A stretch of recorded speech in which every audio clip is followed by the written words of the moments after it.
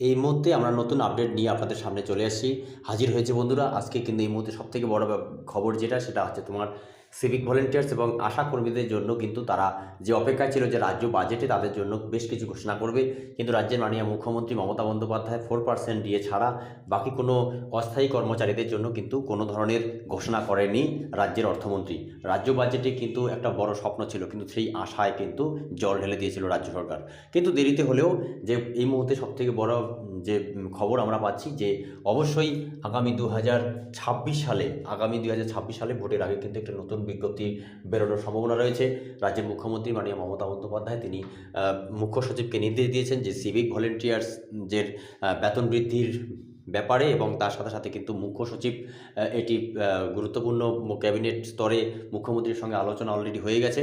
Civic volunteers এবং আশা কর্মীদের কিন্তু তোমার ভাতা বাড়তে পারে কিন্তু তোমার সিভিক ভলেন্টিয়ার্সদের, এবং তার সাথে সাথে তোমার আশাকর্মীর সঙ্গে সঙ্গে কিন্তু তোমার যে সমস্ত প্রজেক্ট রয়েছে লক্ষ্মীর ভাণ্ডার, সেই ব্যাপারে কিন্তু বৃদ্ধির সম্ভাবনা কিন্তু দেখা যাচ্ছে।